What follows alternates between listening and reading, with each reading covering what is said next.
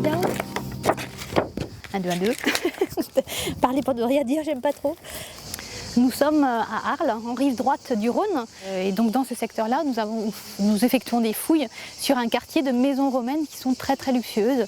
Donc ces fouilles reprennent des recherches qui ont été faites il y a 30 ans. Il y a 30 ans, on était tombé sur des maisons qui se caractérisaient par des plaquages de marbre sur les murs, des mosaïques somptueuses. Une maison qui datait à peu près de la fin du IIe siècle. Et là, nous sommes en train de fouiller des maisons qui sont encore beaucoup plus antérieures puisqu'elles datent du 1er siècle avant Jésus-Christ. Donc, sous nos maisons aux mosaïques et aux plaquages de marbre, on a des maisons avec des peintures qui imitent du marbre et des maisons qui sont contemporaines de César. Donc notre terrain de fouille actuel, il y a plusieurs pôles de travail. Donc là où il y a aujourd'hui la bâche bleue, ça correspond au secteur où on a fouillé une pièce de la maison du 1er siècle avant Jésus-Christ.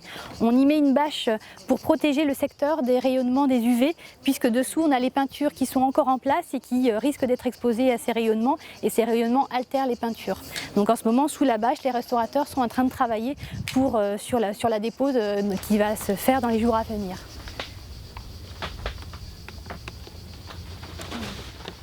Donc nous, les archéos, on a fouillé tout ce remblai. Dans ce remblai, on a retrouvé des somptueux visages.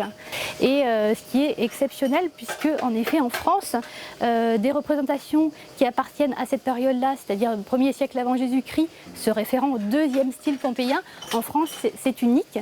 À l'échelle du monde romain, il y a d'autres exemples, à peu près 6 exemples en Italie, mais cela reste une découverte exceptionnelle qui est comparable à ce qui a pu être mis au jour à Pompéi, notamment dans la Villa des Mystères.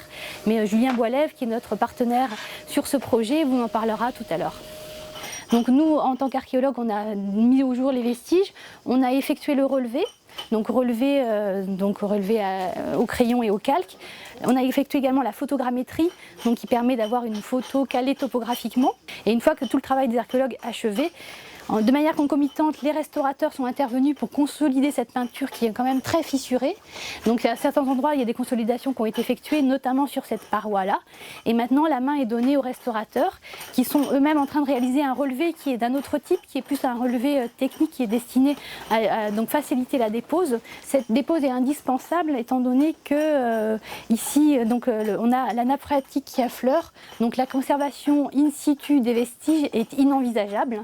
Et surtout que nous avons donc au sein du musée l'atelier de conservation et restauration du musée qui peut faire cette dépose et qu'à terme nous exposerons ces peintures dans les collections permanentes du musée. Donc tous ces fragments de peinture qui ont été retrouvés sont d'abord, comme je vous le disais, mis en caisse et ensuite nettoyés sous le regard et avec les instructions de Julien Boilève, donc stoïchographologue, qui est notre partenaire qui dépend de l'INRAP. Et là, on a encore d'autres fragments qui viennent juste d'être nettoyés et qui seront prochainement acheminés au musée pour être conservés dans des conditions optimales.